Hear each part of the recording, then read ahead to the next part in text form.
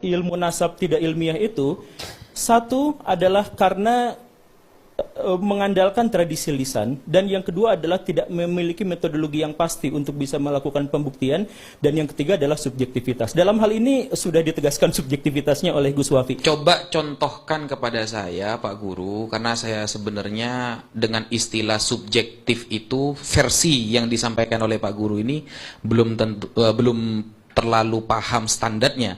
Mungkin Pak Guru bisa mencontohkan, contohnya yang tidak subjektif di dalam agama, kasih contoh Pak Guru. Nanti baru kita lanjut. Nggak ada kalau dalam agama, karena kita berbicara soal ilmiah. Berarti agama ini menurut Pak Guru di seluruh bab-babnya tidak ada yang ilmiah? Ada. Contoh, nah itu contoh apa di agama yang menurut Pak Guru itu ilmiah seperti itu? Bahwa figur Nabi Muhammad adalah tokoh historis itu nyata. Itu terbukti secara ilmiah. Dari mana Pak Guru tahu kalau Nabi Muhammad dulu orang baik? Kita gak bicara orang baik, tentang figur keberadaannya itu ada. Dari mana? Oke. Dari mana tahu? Dari mana kita mengetahuinya? Dari jejak-jejak objeknya. Dan berasal dari catatan yang tidak hanya bersumber dari satu pihak. Jejak objek. Coba, seperti Sorban, apa? Sorban misalkan ya. Sorban misalkan yang seperti itu ya. Kemudian jejak-jejak yang ada di Mekah. Dari mana Pak Guru tahu bahwa kuburan itu benar-benar kuburan Rasulullah? Gak ada. Subjektif dong.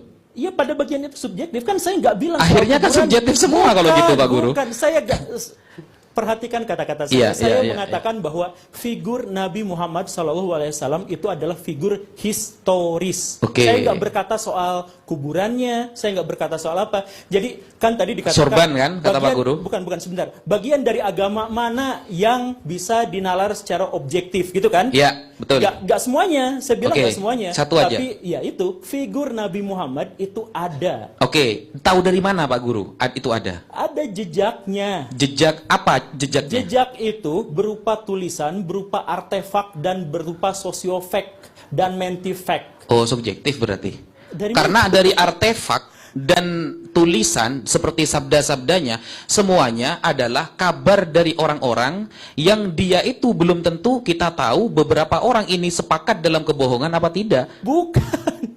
Kan subjektif juga berarti Pak Guru. Sama-sama tahu dari perspektif orang. Jadi gitu. gini, yang sekali lagi ya, yang iya, tahu dari mana kalau kuburan itu kuburan Rasulullah? Saya nggak bilang soal kan subjektif kuburan juga akhirnya. Kenapa ya? Saya nggak bilang soal kuburan. Sorban lah contohnya. Saya bahkan nggak bilang soal sorban.